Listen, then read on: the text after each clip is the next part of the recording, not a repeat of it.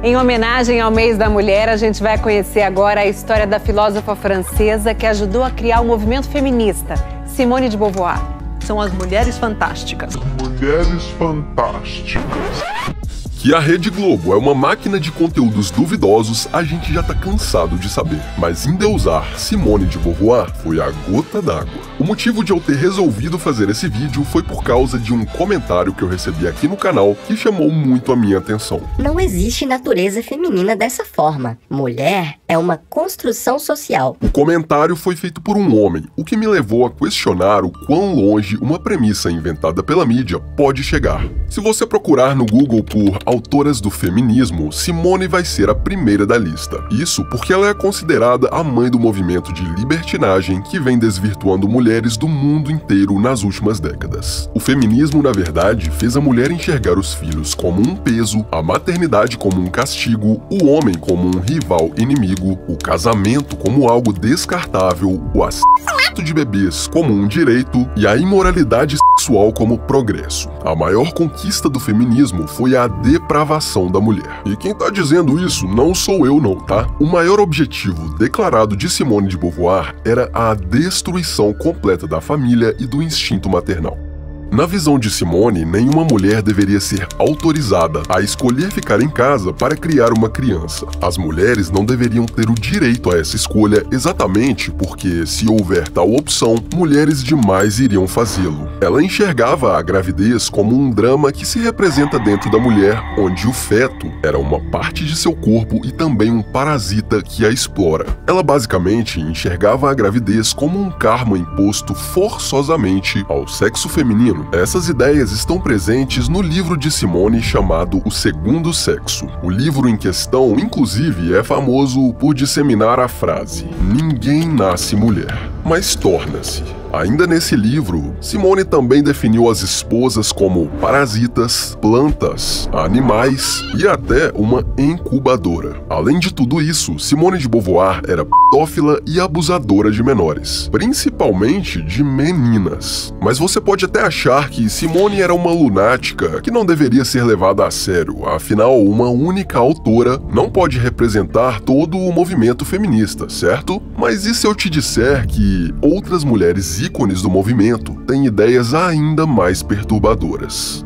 Betty Friedan, considerada uma das mais importantes feministas do século XX, fundadora do grupo National Organization for Women e autora de um dos principais livros teóricos feministas, chamado A Mística Feminina, disse: "Mulheres que se ajustam como donas de casa estão em tanto perigo quanto os milhões que caminharam para sua própria morte nos campos de concentração." Betty disse ainda que as mulheres que preferem ficar em casa e cuidar dos filhos são traidoras do seu sexo e que ela gostaria de queimá-las na fogueira. Isso foi dito, inclusive, em um debate público com uma conservadora chamada Phyllis. Agora, imagine que você se apaixona por uma mulher, se casa com ela e ao longo dos anos ela vai se tornando cada dia mais autoritária e agressiva, a ponto de te bater frequentemente. E quando você finalmente se separa dela e acha que o seu pesadelo acabou, recebe uma falsa acusação de agressão meramente vingativa, tendo sua vida arruinada. Pois é, essa foi a realidade do ex-marido de Betty. Ela fez essa falsa acusação, mas na verdade foi posteriormente descoberto que era ela a real agressora, tendo inclusive tentado esfaqueá-lo. Betty também era uma marxista declarada e pegou a premissa de Marx emprestada, afirmando que havia uma luta entre homens e mulheres. Mas a diferença é que o conceito de luta entre classes de Marx era o proletariado contra o burguês, onde o proletariado deveria se armar e exterminar o burguês. E como diria o ex-presidente Ronald Reagan, comunistas são as pessoas que leram Marx, e os anticomunistas são aqueles que entenderam.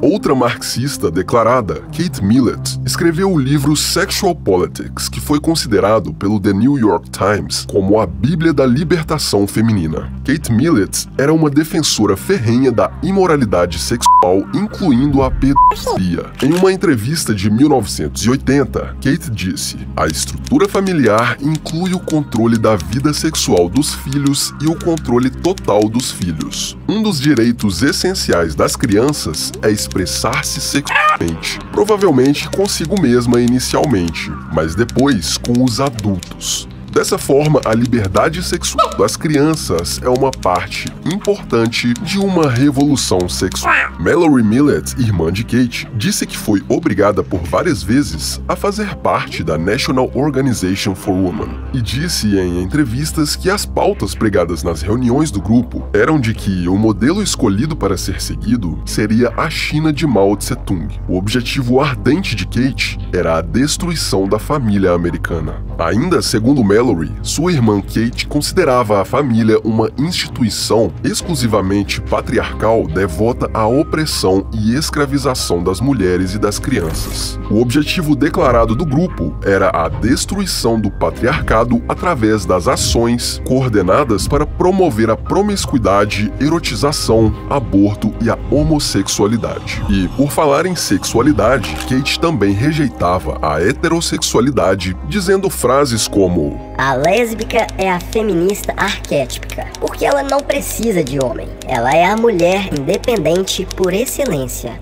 Sally Gerhardt foi uma ativista feminista e lésbica. Ela é conhecida por ter criado o primeiro departamento de estudos de gênero dos Estados Unidos. Em seu primeiro livro, The Future If There's One is Female, Sally pregava que toda a responsabilidade da espécie humana deveria ser das mulheres, e que a proporção de homens deveria ser reduzida e mantida em apenas 10% da raça humana.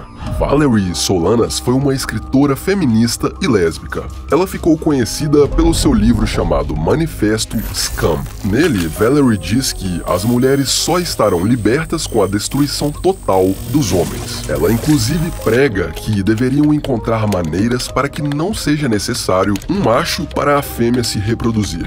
Robin Morgan foi uma ativista feminista considerada uma das mais influentes no século XX e também criou várias organizações feministas pelo mundo. No seu livro intitulado Going Too Far, Morgan disse: "Eu sinto que o ódio aos homens é um honrável e viável ato político."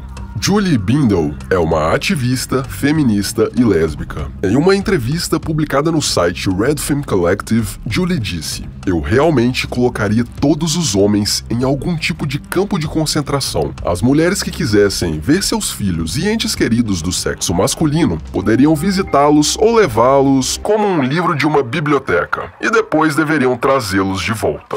E olha, eu tenho certeza que esse inscrito não compactua com o aborto, a pedofilia, a depravação ou até a ideia de que os homens deveriam ser eliminados, afinal ele é um homem. Mas ele dissemina, sem saber de onde veio, a premissa base que uma mulher usou para justificar, defender e disseminar todas essas coisas. Então, meu amigo, esse vídeo não é um ataque ao feminismo e nem mesmo à Rede Globo. O vídeo é um alerta para que você busque sempre a verdade e jogue luz sobre as ilusões. Veja como é fácil para uma emissora de TV instalar a falsa ideia de uma suposta heroína do empoderamento feminino na sua mente. Ela era muito estudiosa e lia o tempo inteiro. E para elogiar, o seu pai sempre dizia: "Simone pensa como um homem." Mas por que ela não podia pensar como uma mulher? Quando quis estudar filosofia, Simone descobriu que mulheres simplesmente não podiam. Mas ela não se conformou. Fez greve de silêncio, convenceu seus pais e foi a pessoa mais nova a passar no curso de filosofia. Ah, que lindo, não é mesmo, Rede Globo? Que belo ser humano era Simone de Beauvoir. E se você quer romper com todas as ilusões, é importante aprender a buscar fontes reais que respondem qualquer dúvida que você tiver na vida. Eu sou Abraham e essa é a Bíblia do Homem.